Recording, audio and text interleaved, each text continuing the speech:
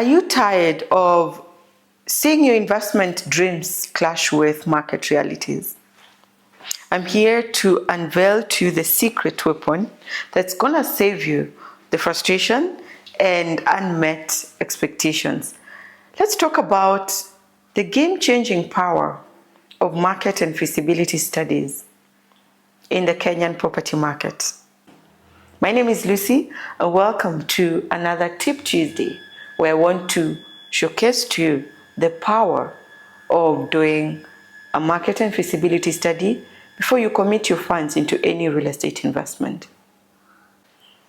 So one of the common mistakes I've seen investors do in this market is underestimating the power of doing a market and feasibility studies. And in my line of work, I have met frustrated investors where the market realities are really shortchanging their investments. And this is why I thought it's good just to highlight some of the key advantages of undertaking a market and feasibility study before committing your funds in any real estate investment. And I thought it's good just to put my notes, because this is one of the key areas I would like to just talk to you extensively for you not to make a huge mistake. So number one, I would say the advantage of doing a market and feasibility study is understanding the market dynamics.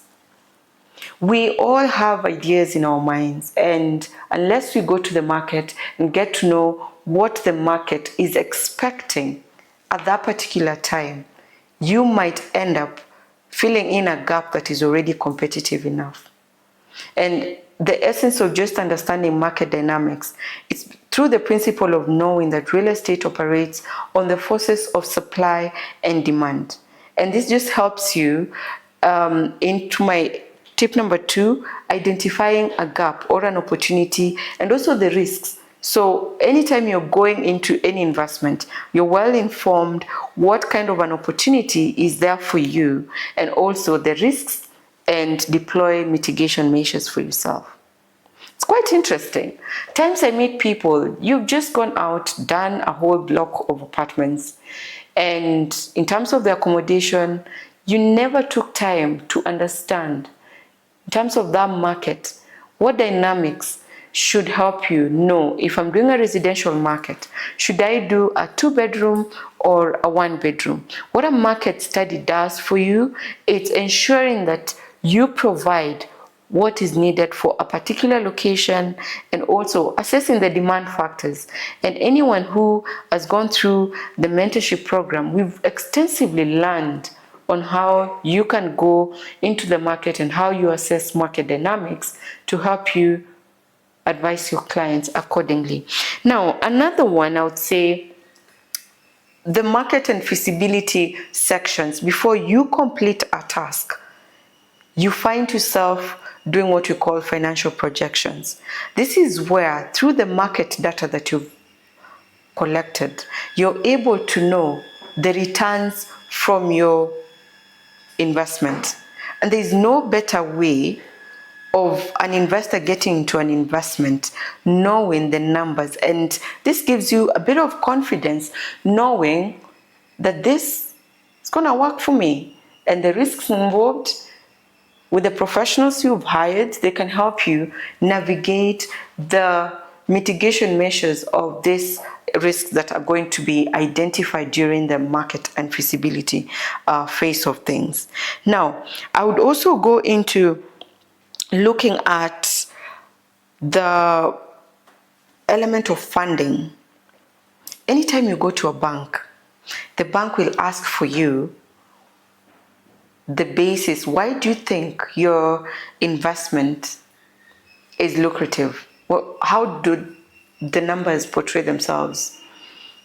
And that's why any bank funding a huge project, they will ask for a market and feasibility study. And this is now why I need to stress the importance of undertaking this task, because banks will always ensure they don't leave any stone, or rather any stone unturned.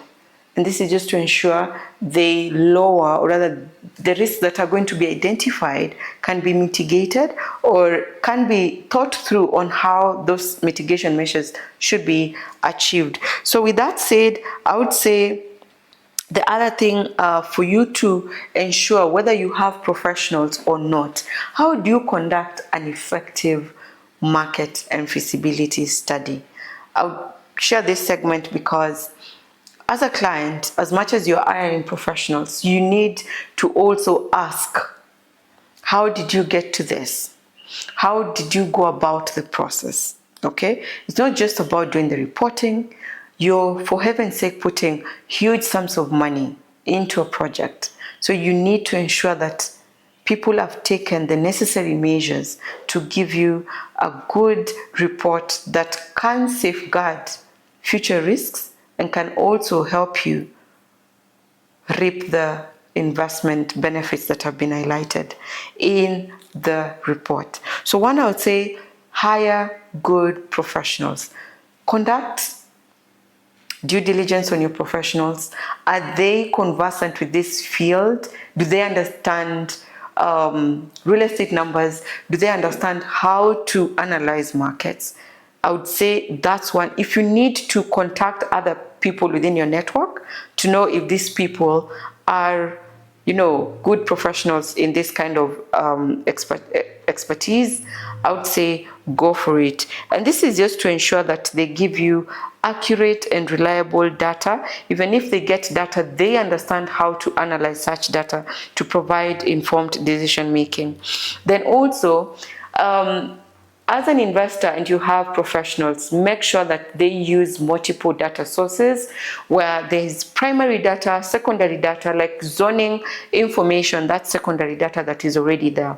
Primary data is where they will go to the ground and see what activity is happening in terms of construction. And this is where now you assess the demand factors by looking at occupancy levels in similar projects. And also, if you're looking at supply, what is coming up in the market? What does it provide? Now, with that, you're able to know if what they're giving you is comprehensive enough. There's regular updates. What market conditions do in this market, and in my opinion, is that things are changing every day. And having a market study done, it makes sure that you incorporate the current changes that are happening in a given market segment. And I feel like to just get a comprehensive report, you need also to ask such questions. What's currently happening? And they need to give you a commentary on that. And at the end of the day, everything you'll be doing with the market and feasibility is just to tailor what we will be doing or what your professionals are doing, to tailor that to your investment. So I will probably just say, don't be caught up in situations where you keep on asking, I wish I knew, I did that. Feel free to reach out. This is one of the core business lines that I'm specialized in, market and feasibility studies for commercial, for residential. And if you want to get an expert input before you pour out your money, it's just small, I would say it's a grain of sugar in terms of the fees that you can save yourself in the long run. So feel free to reach out. If you have money in the bank and you have no idea on what you want to do, or you have land that you want to invest by, seeking out for funding, that is one way we can help you in terms of getting you a market and feasibility. Reach out to me and I'll be more than happy to help you. I always say I don't sell properties. I will guide, I will advise you, and I will have the best of your interest at heart to make sure that we achieve your investment aspirations. Thank you so much for watching. I will see you in my Tip Tuesday next time you see me.